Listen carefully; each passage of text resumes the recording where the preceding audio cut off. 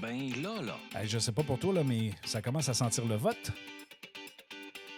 Ben là. Oui, parce qu'on est actuellement, si tu ne l'as pas remarqué, en période d'élection municipale. Ben là. Ben là.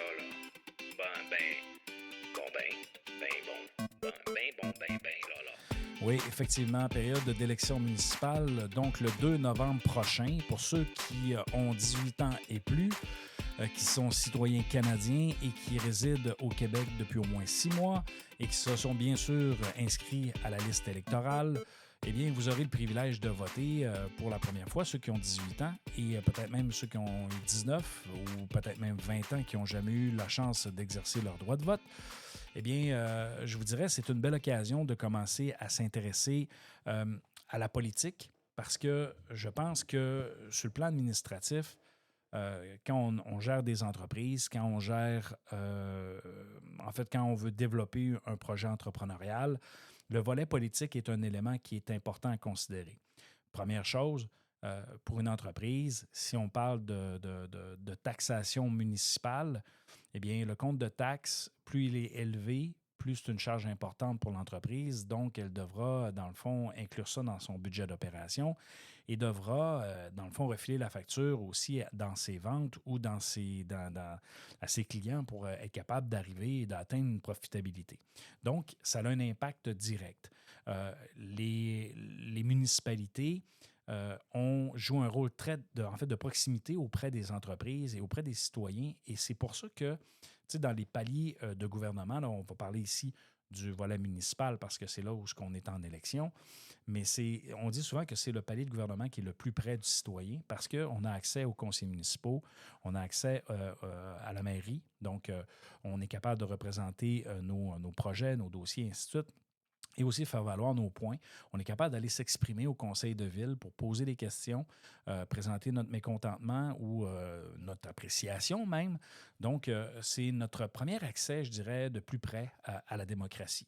Donc, je vous invite, entre autres, et j'en profite pour le dire maintenant, si vous avez la chance de voter, allez voter.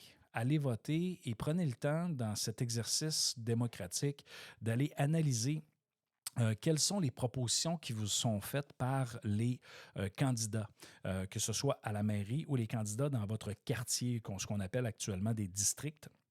Donc, si ils ne sont pas venus vous rencontrer, allez sur les réseaux sociaux. La majorité des candidats font également campagne sur les réseaux sociaux et c'est vraiment intéressant d'analyser ça parce que on est capable de voir c'est quoi la proposition des candidats. Il y a souvent des écrits, des vidéos, donc on est capable de se faire une image et de voir un peu quelles sont les qualités de leur proposition et quelles sont les qualités de leur candidature. Faut aussi faire attention à une chose, la désinformation, parce qu'actuellement, surtout avec les réseaux sociaux actuellement, on voit qu'il y a des gens, il y a des citoyens qui font campagne pour des candidats et c'est pas toujours glorieux ce qu'on peut voir et des fois, on peut même s'embarquer dans un combat, dans des discussions qui peuvent des fois venir nous chercher, puis faut surtout pas tomber dans l'irrespect, en tout cas du moins de mon point de vue. Et moi, c'est ce que j'essaie également de faire. Donc, jamais attaquer nécessairement les personnes, mais être capable de faire valoir ses arguments. Et honnêtement, des fois, moi, je me garde quand même une gêne personnellement pour intervenir le moins possible sur les réseaux sociaux. Mais des fois, ça peut arriver que je m'enligne sur le clavier puis que j'émets quelques commentaires pour quand même ramener certaines situations. Et c'est là qu'on voit qu'il y en a qui vont répandre leur haine ou leur frustration sur les candidats ou les personnes et puis ils vont faire aussi des fausses associations. Et je vous dirais, c'est là que votre esprit critique va devenir un élément très, très, très, très important. Dans le fond, ce que je vous propose dans cet épisode, oui, c'est vous parler d'élections municipales. Une des courses qui est intéressante à surveiller, mais ça nous touche moins un petit peu, là, mais c'est la course, entre autres, de Québec, dans laquelle il y a plusieurs candidats indépendants et il y en a qui représentent aussi des partis politiques, notamment avec, Bruno Marchand, qui, dans le fond, qui est le maire sortant de la ville de Québec, qui représente le parti Québec fort et fier. Il y a également Sam Hamad, qu'on entend parler régulièrement, qui lui a son propre parti qui s'appelle Leadership Québec. et qui regroupe plusieurs candidats également. Et celui qu'on entend souvent parler le plus avec Sam Hamad, c'est Claude Villeneuve qui représente le parti Québec d'abord. Et vous voyez, là, je dirais dans la campagne, je dirais à la mairie, il y a quoi, 2, 4, 6, il y a 8 candidats qui se sont présentés avec des partis et des idéologies.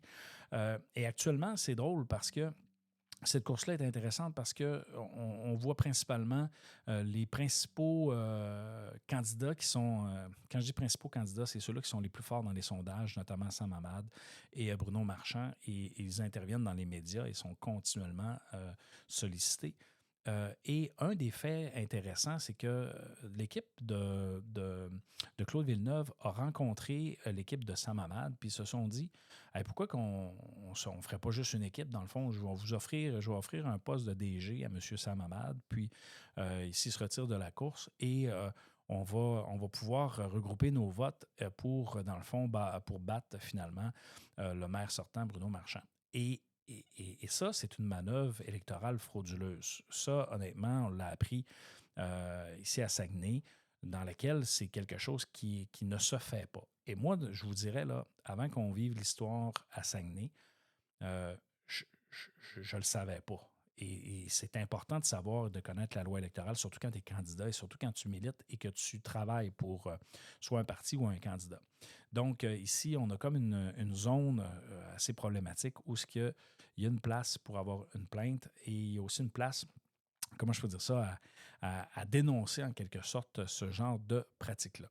Bref, c'est une course qui est assez intéressante parce que là, c'est des partis qui se regroupent et comparativement, par exemple, à Saguenay, il y a juste un parti politique qui est le ERD qui fait quand même une campagne intéressante, mais que dans les sondages, ils ne sont pas très, en fait, sont pas très élevés. Puis ça, honnêtement, je trouve ça dommage un peu parce que je trouve qu'ils ont une proposition qui est assez intéressante. Mais je vous dirais, dans la carte de nos candidats à Saguenay, on a quand même des belles candidatures et je vous dirais, ceux qui sont en tête dans les sondages, que ce soit Mme Laforêt, M. Boivin, ce sont des gens qui sont de grande qualité et qui peuvent très bien diriger la ville. Donc, ça inaugure bien pour la suite des choses. Mais tu sais, les sondages ne restent que des sondages parce que le réel sondage, ce sera qu'est-ce qui va arriver le 2 novembre prochain. Une autre course qui est intéressante au Saguenay-Lac-Saint-Jean, parce que là, j'ai parlé brièvement de Saguenay, mais je vais attirer votre attention sur la course à L'Anse-Saint-Jean. L'Anse-Saint-Jean, si vous avez vu dans les dernières années, il y a eu beaucoup de mobilisation citoyenne pour confronter et contester certaines décisions municipales du conseil qui étaient en place. Et là, actuellement, il y a 3 candidats à la mairie et je peux vous dire une chose, pour avoir un pied à terre là-bas, et passer quasiment tous mes week-ends dans ce coin-là. Ça fait campagne électorale, pas à peu près, et les gens sont mobilisés pour être capables de faire leur travail et ils veulent aller chercher comment je peux dire ça? Aller chercher le plus de votes possible. Et honnêtement, je trouve ça vraiment intéressant de voir comment est-ce que les gens sont déterminés à aller chercher des votes. Donc, j'aimerais vous parler maintenant de 5 choses que je vous propose de faire pour, en fait, dans cet exercice-là, parce que là, les dates sont assez importantes. Le 26 octobre, c'est le BVA qu'on appelle, le bureau de vote par anticipation qu'on appelle. Donc, les gens qui ne peuvent pas aller voter le 2 novembre peuvent aller voter d'avance à ce moment-là. Et ça, en politique, le BVA qu'on appelle, c'est quelque chose qui devient un élément important parce que ceux que tu sais qui vont voter pour toi, tu vas vouloir qu'ils aillent voter le plus vite possible pour pas qu'ils changent d'idée et que tu veux conserver tes appuis. Donc, normalement, quand tu as un bureau, en fait, quand tu as un BVA qui est très fort, c'est parce que le vote est sorti déjà et ça veut dire que les gens sont déjà convaincus. Et après, par la suite, bien sûr, il y a la journée du 2 novembre. Moi, personnellement, je vais m'assurer d'aller voter le 2 parce que je trouve ça le fun de suivre la course jusqu'à la fin. Puis je trouve que c'est un rituel qui est intéressant d'aller voter. C'est notre devoir de citoyen. Puis honnêtement, il faut que ça soit citoyen, faut que ça soit satisfaisant pour nous parce que c'est notre devoir de dire OK, ben je vais appuyer tel candidat, je vais appuyer tel parti. ces sommaires-là, cette mairesse-là que je veux avoir. Donc, quand on peut le faire, faites-le. Je vous invite à le faire. D'ailleurs, quand on vous invite à faire un vote au mouvement étudiant, allez-y, c'est votre pouvoir. C'est avec ça que vous êtes capable de changer les choses. Bref, 5 éléments que je vais vous parler. Première des choses, regardez la divergence. La divergence, les opinions qui sont différentes, vous allez voir sur les réseaux sociaux, peut-être plus sur Facebook que sur les autres, les gens prennent le temps de prendre position, les gens argumentent. Et la divergence dans la démocratie, c'est important. Euh, Quand je dis divergence, on n'est pas obligé d'avoir tous la même opinion. Par contre, on peut débattre et on peut faire grandir, faire évoluer notre pensée. Et ça, c'est un élément qui devient important. Parce qu'on n'est pas obligé d'être d'accord sur tous les mêmes points, mais c'est d'être capable de se rassembler alentour d'une cause et avec nos différences, d'être capable de faire avancer cette cause-là pour le meilleur de la collectivité. Et le principe citoyen est un peu ça.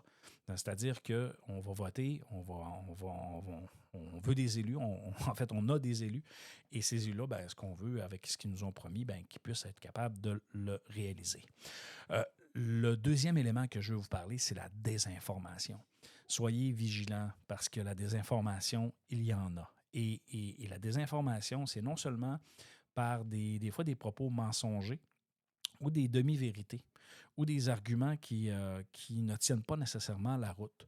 Donc, quand on veut être capable de dire, ben OK, c'est à cause d'une telle situation, si tel projet ne s'est pas réalisé, c'est à cause de telle personne, attendez un petit peu. Des fois, c'est pas juste une question de personne. Des fois, c'est multifacteur. Des fois, il y a plusieurs éléments dans l'environnement qui a fait en sorte que ça ne s'est pas réalisé et que ça n'aurait pas pu se réaliser. Donc, surveillez toujours l'information, validez l'information. Si vous avez, si des fois, il y a des print screens qui vous sont présentés d'articles de journaux, allez voir ces articles de journaux-là à la source. Ne vous fiez pas parce que ça se modifie des print screens. Il y a des choses qui peuvent être générées par l'intelligence artificielle. Donc, nous, là, comme on a un pouvoir démocratique, un pouvoir de choix, et que c'est non seulement notre pouvoir, mais c'est notre devoir, il faut s'assurer d'avoir la bonne information. Puis à partir de là, quand vous avez la bonne information, vous êtes libre de choisir pour qui vous allez voter. Vous êtes libre pour dire, moi, je préfère plus telle proposition que l'autre. Puis ça, il n'y a personne qui peut vous dire que vous n'avez pas raison. Par contre, si on n'est pas en accord sur les mêmes raisons, on peut en débattre, on peut en discuter. Puis l'important, c'est que ça se fasse dans le respect. Puis je vous dirais, ce qui est dommage actuellement, c'est que sur les réseaux sociaux, c'est le Far West parce que les gens ne se respectent pas. Donc, la désinformation, s'assurer d'avoir la bonne information, toujours avoir des sources fiables. Donc, on a quand même des médias intéressants, là, c'est-à-dire Radio-Canada, TVA, Le Quotidien, les salles des nouvelles Novo, ceux qui ont des salles de nouvelles avec des journalistes, même si, puis faites une différence entre journalistes et chroniqueurs, OK? Parce qu'on a énormément de chroniqueurs. Donc, les chroniqueurs, eux, vont émettre des critiques, vont émettre leur opinion, ils vont essayer de vous influencer dans une direction.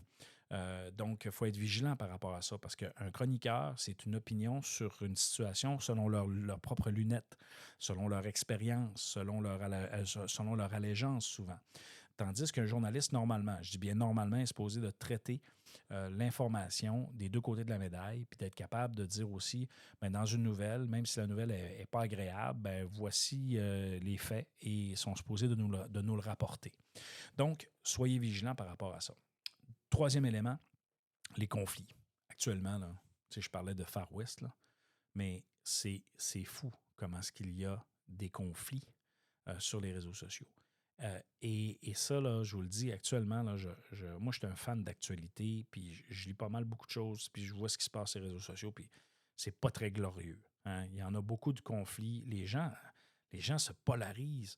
Puis, tu sais, d'une certaine façon, c'est correct là, qu'on se regroupe, qu'on se polarise, mais on n'est pas obligé de tomber en conflit, puis on n'est pas obligé de tomber en chicane, puis on n'est pas obligé de sentir un certain malaise. C'est sûr que c'est un résultat des fois d'anciennes administrations qui ont généré de l'insatisfaction, de la frustration, et tout. Puis là, on est rendu dans le conflit, mais tu sais, je n'en ferai pas une généralité. Donc, dans certaines situations, c'est possiblement ça.